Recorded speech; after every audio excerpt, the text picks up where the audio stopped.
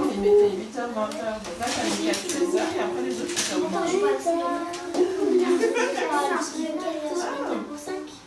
en tout cas, la première heure que tu as notée, c'est bon. Il y en a pour choisir. J'ai écrit à Oui, non, oui, mais il faut que tu mettes les deux. Parce que ça dépend si c'est le jour.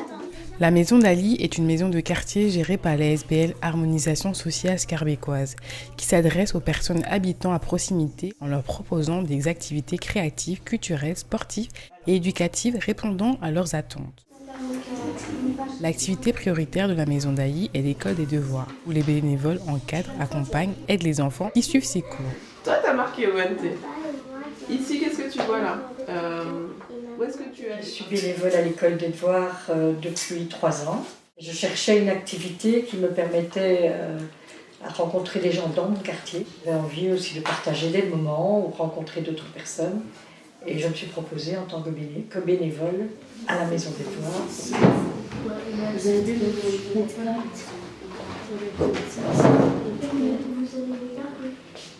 On m'a expliqué le fonctionnement. Voilà. Chaque bénévole travaille avec les mêmes enfants pendant 1 heure, 4 enfants par table.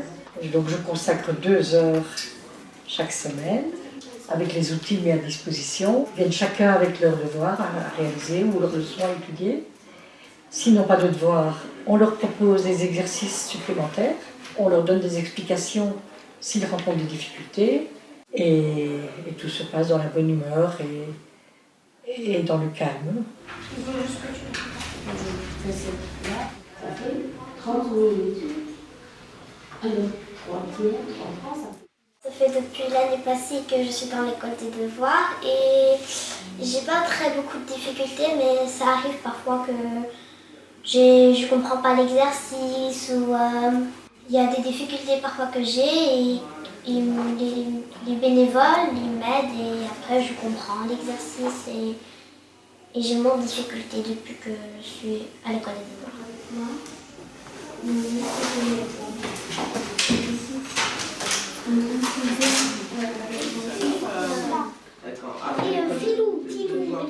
Ma formation est de journaliste. Vous allez peut-être me demander comment j'ai atterri ici. Comme par hasard, c'est suite à certains événements personnels qui m'ont obligé à faire ce que je suis en train de faire. Vous savez, quand vous avez des enfants à la maison et qu'il y en a un qui refuse de faire ce que vous lui demandez, là ça fait mal.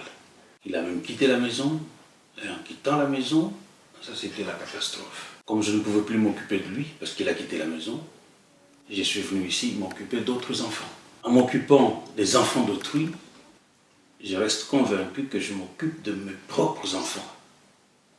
Et c'est comme ça que je fais ce métier, si je peux le dire, avec tout mon cœur. Et le retour, ce que je reçois de ces enfants, me fait énormément plaisir. Les enfants sont très attentifs, très polis, très curieux aussi. Il y a des moments où ils nous posent des questions sur notre vie de tous les jours, sur notre carrière antérieure.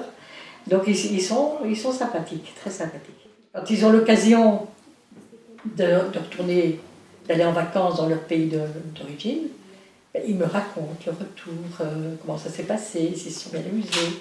Donc c'est aussi enrichissant. Il n'avait plus rien du tout, mais c'est sur la place.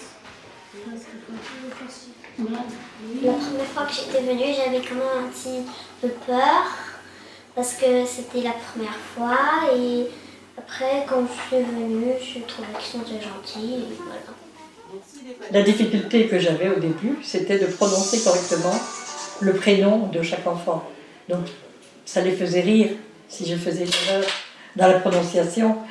Mais bon, ça se passait dans bon enfant, donc je me reprenais ou ils me corrigeaient. Il nous arrive de rencontrer des difficultés avec certains parents qui ne parlent pas français, qui ont des difficultés avec leurs enfants, et c'est même pour cela qu'ils nous amènent ici à l'école de devoirs pour qu'on s'occupe d'eux. Alors quand on s'occupe de ces enfants-là, parfois on a envie de parler avec les parents, on a envie de faire le rapport aux parents, mais ils ne comprennent pas tout de suite.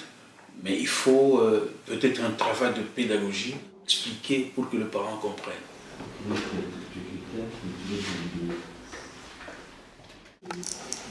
Le CRO, c'est dans la forme de chantier neuf l'année dernière. Alors une fois par mois, l'équipe des 2 personnes permanentes se réunit avec les bénévoles et on discute de l'organisation, voir si tout va bien, si on ne rencontre pas de difficultés particulières, si on peut améliorer l'un ou